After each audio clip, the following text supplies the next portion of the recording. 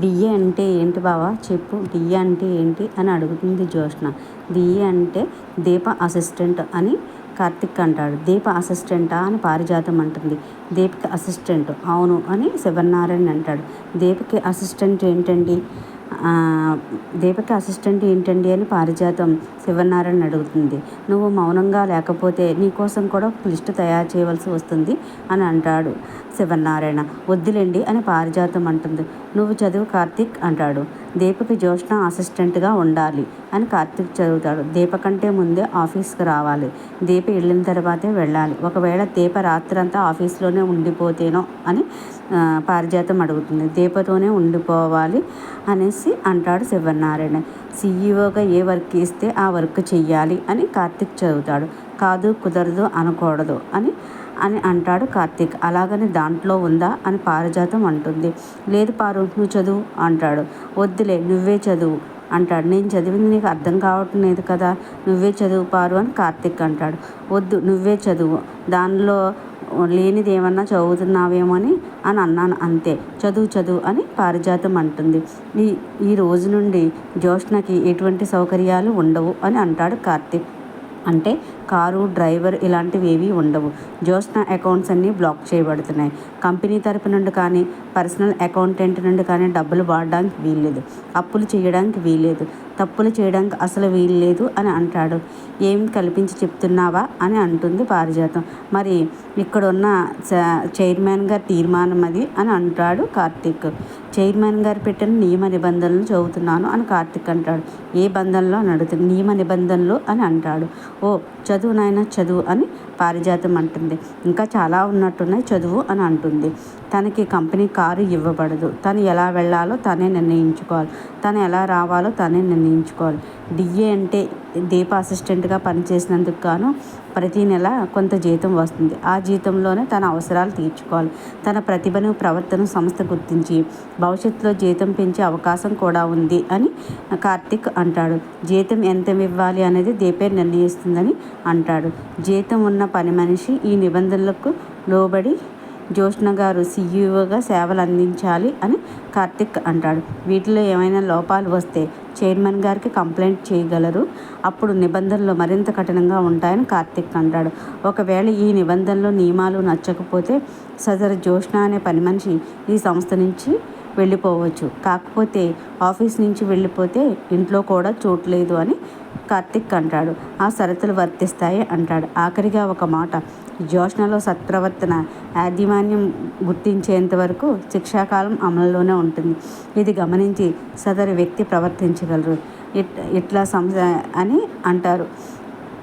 సంస్థ చైర్మన్ శివనారాయణ గారు. విన్నావు కదా, ఇవన్నీ సమ్మతమేనా, సంతకం పెట్టు అంటారు. నేను వెంటనే నీ మనవరాలుగా ఇంత కఠినమైన శిక్ష వేయడం తప్పండి అని పారిజాతం అంటుంది. పూర్వం రాజులు శివనారాయణ ఇలా అంటాడు. పూర్వం రాజులు వాళ్ళ పిల్లల్ని ఏం చెయ్యాలో తెలుసా? యుక్త వయసు వచ్చి రాగానే మంచి చెడు తెలుసుకోవడానికి సాధారణమైన మనిషిలాగా బయట ప్రపంచంలో బతకమనేవారు. రాజ్యానికి దూరంగా జనావాసంలో వదిలిపెట్టేవారు. నీ మనవరాలని అలాగే వదిలేశారు తాతయ్య అనేసి కార్తీక్ మనసులో అనుకుంటాడు.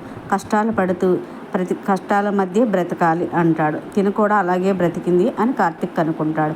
పుస్తకం పక్కన పెట్టి ఏదో ఒక పని చెయ్యి అని దీపని వాళ్ళ అత్త తిట్టిన డైలాగ్ దీప గుర్తు తెచ్చుకుంటుంది. కష్టాలు తట్టుకుని ఎదగాలి అని శివనారాయణ అంటాడు. అలాగే ఎదిగి తన రాజ్యాన్ని తానే వెతుక్కుంటూ రావాలి అని శివనారాయణ అంటాడు. అలాగే ఉండాలి అనేసి అంటాడు. ఆపండి అనేసి పారిజాతం అంటుంది. పరిపూర్ణమైన మనిషిగా తయారైన తర్వాత మళ్ళీ రాజ్యంలో అడుగు పెట్టాలి అని శివనారాయణ అంటాడు. అప్పుడు తనకి మాత్రమే కూర్చునే అధికారం ఉంది అని శివనారాయణ అంటాడు. అధికారం సంపాదించుకుంటే అది సంపాదించుకున్న వాడికి విలువ ఉంటుంది. నా ఇంటి రక్తం కూడా అలాగే ఉండాలనుకుంటున్నానని శివనారాయణ అంటాడు. నచ్చితే సంతకం పెట్టు, వద్దనుకుంటే వెళ్ళిపోవచ్చు అనేసి అంటాడు జ్యోత్స్నతో. ఈతలు ఎదుర్కోలేని వాడికి సవాలు తట్టుకునే వాడికే రాజ్యాలని ఏలే అధికారం ఉంది అని శివనారాయణ అంటాడు. సంతకం పెడతావా వెళ్తావా అనేసి అంటాడు జ్యోత్స్నని.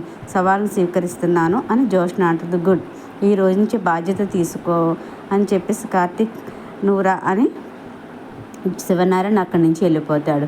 డిఏ అంటే దీప అసిస్టెంట్ అని సీఈఓ గారు కూర్చున్న సీట్లో కూర్చున్నారు. సీఈఓగా దీప సీట్లో కూర్చుంది. సరే సరే, ఇప్పుడు మీరు సీఈఓ గారు కాదు కదా అని సూరజ్ జ్యోత్స్నని అంటారు. ఇది శాశ్వతం అనుకోకని జ్యోత్స్న అంటుంది. నువ్వు ఇలాగే ఉంటే ఇదే శాశ్వతం అవుతుందని జ్యోత్స్నతో సూరజ్ అంటాడు. నేను శివనారాయణ గారి మనవరాలిని అని జ్యోత్స్న అంటుంది. నేను శివనారాయణ గారి మనవరాలిని అన్న అధికారం మాత్రమే నీకు ఉందని ఇంతకు ముందే చెప్పాను. చైర్మన్ గారి మనవరాలని అని ఒక్కటే ఉన్న నీకున్న అర్హత, అది కూడా తీసివేస్తే నువ్వు దీప అసిస్టెంట్కి పిఏగా కూడా పనికిరావు అని జ్యోత్స్న అంటాడు. ఈరోజు అదే ప్రూవ్ అయింది అనేసి నీ తప్పు నీ పొజిషన్ మార్చేసిందని సూరజ్ అంటాడు. ఒక్క సంతకం నీ తలరాతనే మార్చేసింది. కాళ్ళు నేల మీద వదిలేసి ఆకాశంలో ఎగురుతున్నావు. నువ్వు ఏదో ప్రత్యేకమైన దాన్ని అన్నట్టుగా ఫీల్ అవుతున్నావు. ఇప్పుడు నీ పరిస్థితి ఏంటి అనేసి సూరజ్ జ్యోత్స్నతో అంటాడు. నేల మీద పడ్డావు అనేసి అంటాడు. ఎవరు నన్ను ఆపేది? నువ్వా నన్ను ఆపగలిగేది అని జ్యోత్స్న అంటుంది. నీ అహంకారం, నీ పొగరు, నీ బలుపు ఇవి మిమ్మల్ని కొంతకాలం ఇబ్బంది పెట్టవచ్చు, కానీ నిన్ను పూర్తిగా నాశనం చేస్తాయి అనేసి అంటుంది. సోద ఆపరా అనేసి జ్యోత్స్న అంటుంది. ఈలోపు కార్తీక్ ఫోన్ చేసి ఎక్కడున్నారు అనేసి అంటాడు. ఎక్కడున్నారు అంటారు. ఈ మధ్య మీ ఇద్దరి మధ్య మాటలు ఎక్కువైనట్టుకున్నాయి అని కార్తీక్ అంటారు. నువ్వు మరీ బ్రదరు అనేసి అంటాడు. ఎక్కడున్నావు అంటే డిఏ దగ్గర ఉన్నాను అనేసి అంటాడు. ఇక్కడికి తీసుకురా, చాలా పని ఉంది అనేసి అంటాడు. అలాగే బ్రదర్ అనేసి అంటాడు. కార్తీక్ రమ్మంటున్నాడు అని జ్యోత్స్నతో అంటాడు. రాను అంటే రాకపోతే అంటాడు. హలో, ఇప్పుడు తమరు డిఏ డ్యూటీ ఎక్కాలి కదా, పదమ్మా అనేసి కాఫీ కూడా తాగుతూ నువ్వు రా అంటే కాఫీ అక్కర్లొద్దు, నువ్వే తాగు అనేసి వెళ్ళిపోతాడు. ఎంత ప్రేమగా పిలుస్తున్నావు బంగారం అనేసి జ్యోత్స్నతో అంటాడు. ఐ లవ్ యూ బంగారం అనేసి సూరజ్ జ్యోత్స్నతో అంటాడు. అది సరే, పారిజాతం కార్తీక్తో అంటుంది. అది సుకుమారంగా పెరిగిన పిల్లరా, పెద్ద పెద్ద పనులు చెప్పకో అనేసి అంటుంది పారిజాతం కార్తీక్తో. అంతే కదా అనేసి అంటాడు కార్తీక్. రండి డిఏ గారు, మీకోసం వెయిటింగ్ అనేసి అంటాడు కార్తీక్. జ్యోత్స్న నన్నెందుకు పిలిచావు అనేసి ఎక్కువైపోతే, జ్యోత్స్నాన్ని పిలిస్తే చాలు, ఇంకా ప్రేమ ఎక్కువైతే మరదలా అని పిలు, అంతేను డిఏ అని పిలవకు అని అంటుంది. పైగా ఇది ఆఫీస్ అని కార్తీక్ అంటాడు. ప్రోటోకాల్ పాటించాలని పెద్ద ఆర్డర్, అందుకే పిలిచాను. నువ్వు నన్ను ఎందుకు పిలిచావో చెప్పు బావా అంటుంది. డ్యూటీ మొదలు పెడదారంటే ఏం చెయ్యాలంటే ముందు మీ సీట్లో కూర్చోవాలి అంటాడు కార్తీక్. దీపకి ఎదురుగుంటా, ఆఫీస్ ఎదురుగుంటా బయట చైర్లో ఒక జ్యోత్స్న డిఏ అనేసి బోర్డు పెట్టి ఒక చైర్ అరేంజ్ చేస్తారు. ఇదిగో ఇక్కడే అంటాడు.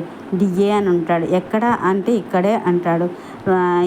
డిఏకి ఏసీ రూమ్లో ఏమన్నా సీఈఓ గారు పక్కన కుర్చీ వేస్తారనుకున్నావా? ఇది అన్యాయం రా అని పారిజాతం అంటుంది. దీన్నే ఇంగ్లీష్లో ప్రోటోకాల్ అంటారు, తెలుగులో మాత్రం దుర్మార్గం అంటారా అని పారిజాతం అంటుంది. సంతకం పెట్టింది కదా అని కార్తీక్ అంటాడు. చిన్న సంతకానికి జీవితాలే మారిపోతాయి అని కార్తీక్ అంటాడు. ఆవిడ కూడా చిన్న సంతకంతోనే జీవితాలే మార్చేసిందని కార్తీక్ అంటాడు. ఏంటి పేపర్స్ మీద సంతకం పెట్టాలంటే ఏం అర్థం అని ఇంతకుముందు అనుకున్న మాటలు గుర్తు తెచ్చుకుంటాడు. నేను ఇక్కడ కూర్చోవాలా? అంతే కదా, కూర్చుంటానని జ్యోత్స్న అగ్రిమెంట్ కూర్చుంటాను.